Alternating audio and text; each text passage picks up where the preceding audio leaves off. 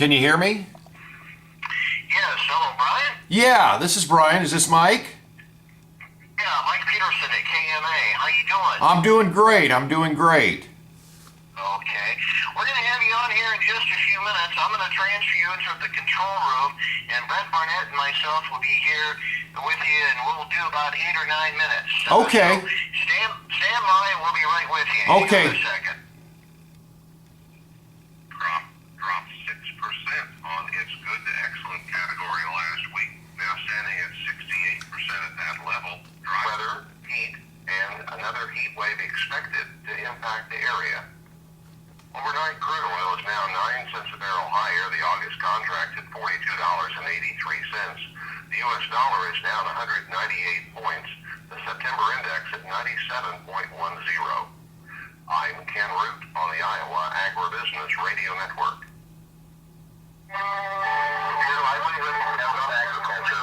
Bank Iowa can help you grow. As one of the top agri-lenders in Iowa, we understand the challenges you face. Whether it's livestock, machinery, crops, or real estate, our agri-lenders can help you the same way that we've helped so many other community farmers. Contact us at Bank Iowa to learn more. Live Iowa, work Iowa, Bank Iowa, an equal housing lender, member FDIC. Education and Florida has to be a little more local, Ellen. So, are you wanting a state conference with Cincinnati? No, that's definitely your area of expertise, but I do think we need to team up for the new 2017 Ford F-150 from Keith's Auto Center in Highland. Dad and Grandma can't argue with both of us. That's easy. Here's our case. Right now, the new 2017 Ford F-150 is available with up to $4,000 in customer cash. Visit Keith's Auto Center in Harlan for all the details.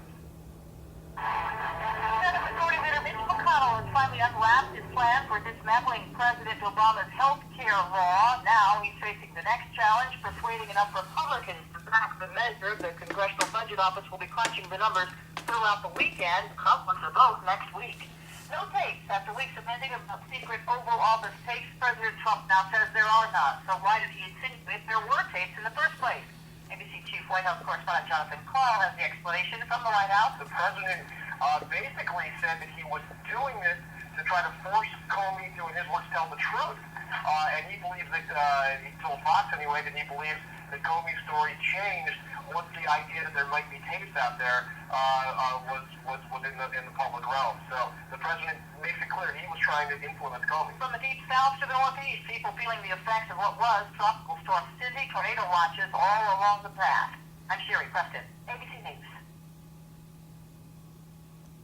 Al Hughes Auction Service will conduct the Carol Smith Living Estate and Moving Auction Saturday, June 24th at 10. Starting with the antiques and antique Dr. Lawyer cabinet, many assortments of sausage stuffer, bonanza fruit dealers, John Deere Cider Press, PP Maston Company, Springfield, Ohio, Whole Wheat Coffee Grinder with Robbins and Meyer Motor, Wooden Incubator number 300, manufactured by Klondike Incubator Company of Des Moines, cast iron skillet from Griswold, blue, red, and orange enamelware, Jiffy-Way X-Scale, show card machine, large assortment of other antiques, Delta DC 380 planer, Sears 12-inch bandsaw, a large selection of tools, Craftsman Honda 5.5 horsepower washer, plus household appliances, furniture, and outdoor furniture.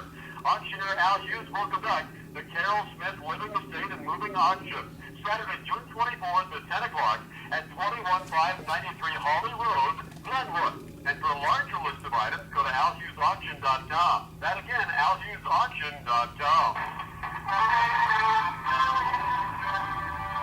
Taking time is 7:35 and time for the morning line. I'm Brent Barnett alongside Mike Peterson here this morning. Right now, 66 degrees and some sunshine at the studio.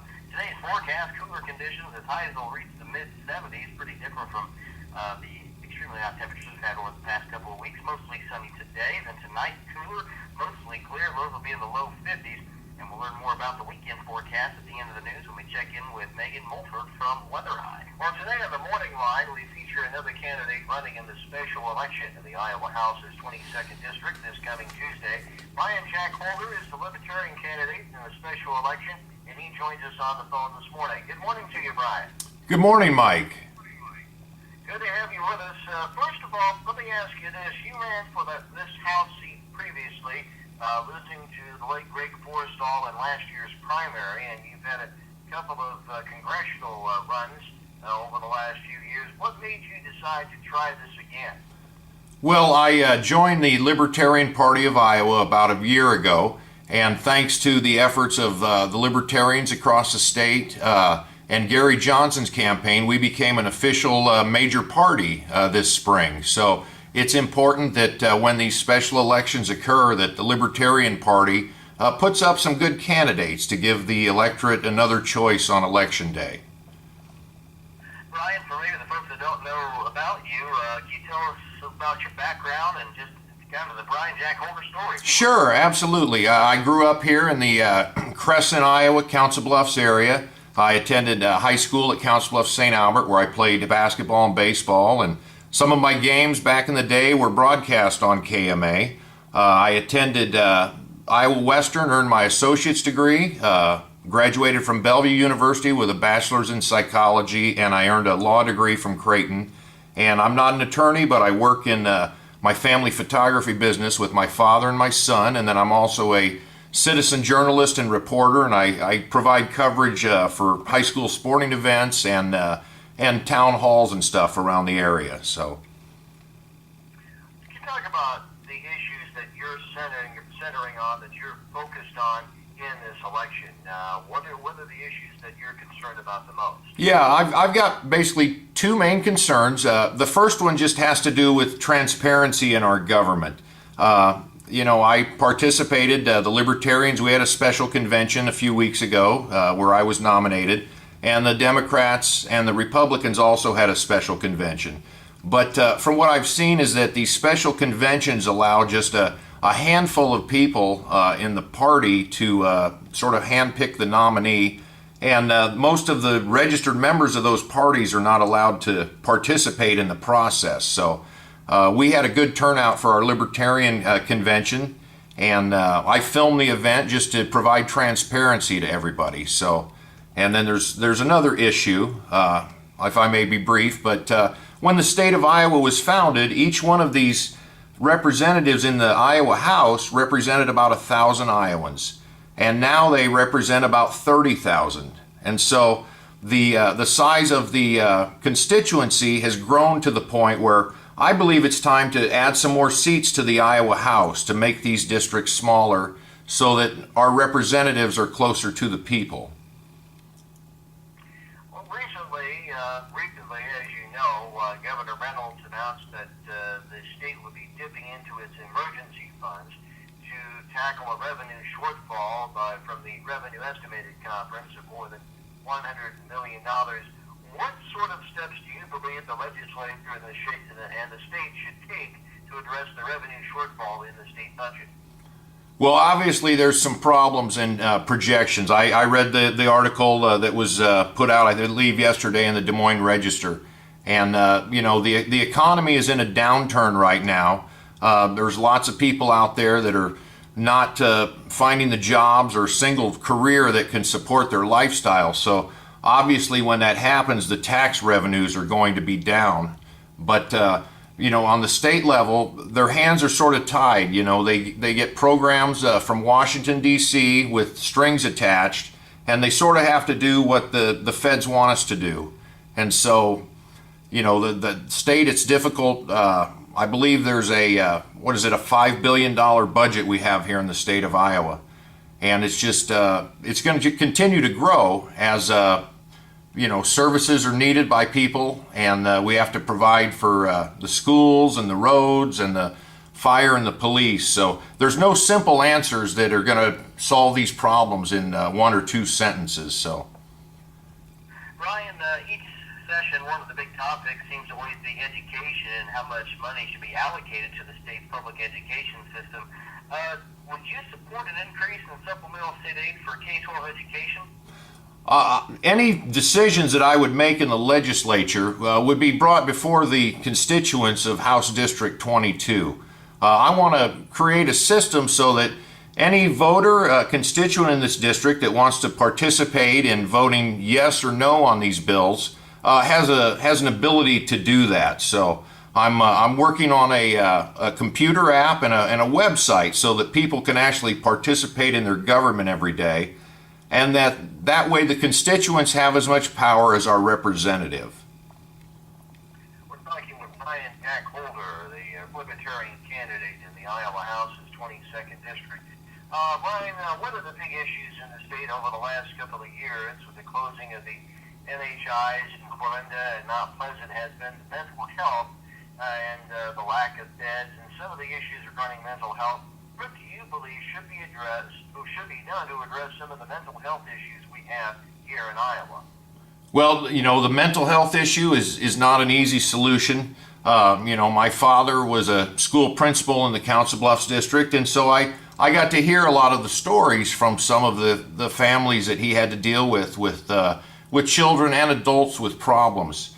The private sector has tried to step forth to fill the gap where the government can't provide these services, but it's a difficult thing. There's people out there that have substance abuse problems, impulse control problems. I'm not just going to get on the air here and say I have a simple solution to this, but we need to bring together all the stakeholders that need to participate in this process to get things figured out. What about economic development? We hear a lot of talk about economic development and making Iowa more business friendly. What we should do to spur economic development in the state? Well, as someone that's a libertarian, we sort of have a saying in our party that taxation is theft and that government is force. So, it behooves us to have a conversation with our fellow citizens about how much taxation we want, how much regulation we want. As someone that is an artist and a free marketeer, I would like to see Iowa do away with the income tax and look at a different way of collecting revenues from us. So. And one other question while we have time.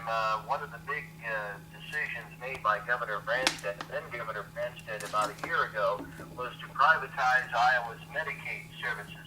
How well do you think that's worked, and do you believe that the state should go back to the system they had before because of some of the complaints about privatized Medicaid here in this state? Yeah, it's a difficult question. This district that I would represent, the Republicans outnumber the Democrats 2-1. And so, most of the Republicans, there's 10,000 registered, they would probably like to keep the system the way it's been changed to have more privatization.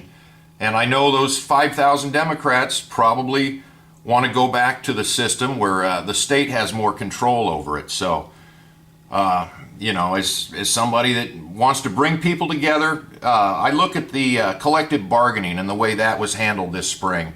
They really rushed through that bill, and I went to town hall meetings, and there were people on both sides of the aisle, public sector union workers that were not happy with the way that was done. So if anything's going to be done with the Iowa Code and any changes made, we need to involve the constituents and the citizenry in this decision-making process.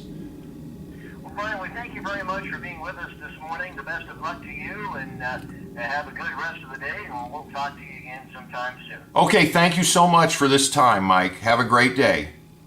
You too. That's Bryan Jack Holder, Libertarian candidate in the Iowa House's 22nd District special election on Tuesday here on the Morning Line on KMA. All right, thanks a lot, Mike, and it's time for a check of that on-track forecast. Megan Holford back with us this hour from Weather Up. Well, that was fun.